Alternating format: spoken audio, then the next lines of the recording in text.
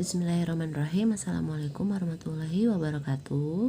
Pada video kali ini kita akan belajar mata pelajaran bahasa Indonesia ya, tentang menentukan unsur intrinsik karya sastra dan menentukan makna kata atau simbol atau kias. Oke, kita langsung saja ke pembahasannya. Yang pertama kita akan belajar mengenai menentukan unsur intrinsik karya sastra.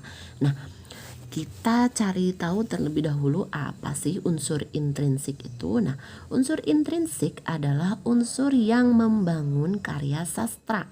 Nah, contohnya tokoh, watak tokoh, dan latar.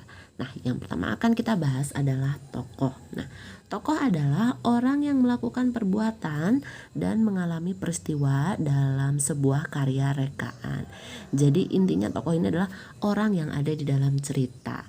Nah, tokoh pun itu terdiri dari tokoh utama dan tokoh pembantu. Nah, tokoh utama adalah tokoh yang sering muncul atau banyak diceritakan gitu. Lalu kalau tokoh pembantu adalah tokoh yang kehadirannya hanya sekedar menunjang tokoh utama. Nah, selanjutnya ada watak tokoh. Watak tokoh adalah karakter dan sifat yang dimiliki oleh tokoh dalam karya sastra. Jadi sifatnya dari tokoh yang sudah ada di cerita itu adalah watak tokoh. Lalu yang ketiga adalah latar. Nah, latar ini adalah keterangan mengenai waktu, tempat, dan suasana yang terjadi suatu peristiwa dalam karya sastra. Nah, latar di sini ada 3 ya. Yang pertama ada latar tempat. Latar tempat ini bisa kita temukan apabila kita mempertanyakan hal ini, di mana terjadinya suatu peristiwa. Nah, itu latar tempat. Kalau latar waktu kita bisa dengan pertanyaan ini, kapan terjadinya suatu peristiwa. Lalu yang ketiga ada latar suasana. Nah, latar suasana ini bisa dijawab apabila kita mempertanyakan bagaimana suasana terjadinya suatu peristiwa. Nah, itu adalah unsur-unsur intrinsik dari karya sastra. Ada tokoh, watak tokoh, dan latar. Nah, selanjutnya ini ada contoh soalnya. Silakan kalian pause terlebih dahulu videonya untuk membaca ceritanya.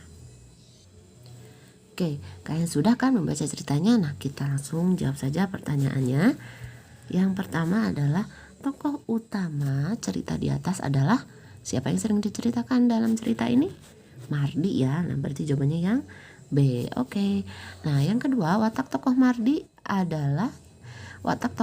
yang dapat diteladani adalah yang mana? Yang D, suka menolong temannya. Di sini dijelaskan ya bahwa teman-temannya itu belain si Mardi ini gitu, karena si Mardi ini ternyata orangnya suka menolong. Lalu yang ketiga, latar tempat cerita di atas. Nah, kira-kira percakapan ini tuh terjadi di mana ya? Di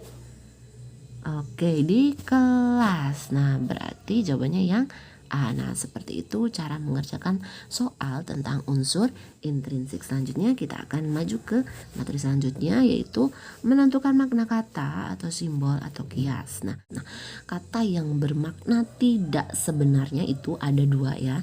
Yang pertama makna kias dan yang kedua adalah makna simbol. Nah, makna kias adalah merupakan makna kata atau ungkapan yang mengandung pengandaian atau pengibaratan. Nah, contohnya buah tangan. Nah, buah tangan ini artinya oleh. Nah, ini buah tangan ini termasuk memiliki makna kias atau makna yang tidak sebenarnya dan mengandung pengandaian atau pengibaratan.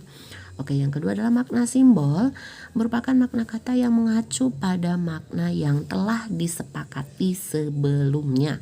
Nah, contohnya adalah bendera kuning yang mengartikan kematian. Jadi di sini bendera kuning ini memiliki makna simbol ya.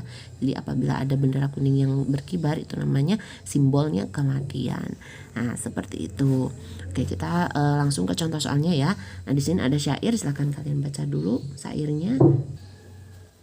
Dengan ilmu engkau terjaga dari suramnya waktu dan masa, cemerlang akan senantiasa menyinari dirimu di masa dewasa.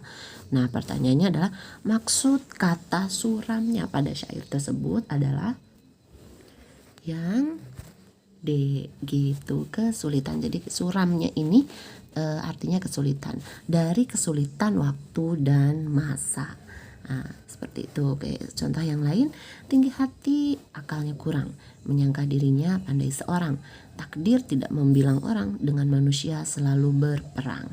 Oke, makna kias tinggi hati pada syair tersebut adalah sombong, karena tinggi hati akalnya kurang, berarti sombong. Kalau orang yang sombong ini akalnya kurang. Nah, seperti itu penjelasan materi pada video kali ini, semoga kalian paham.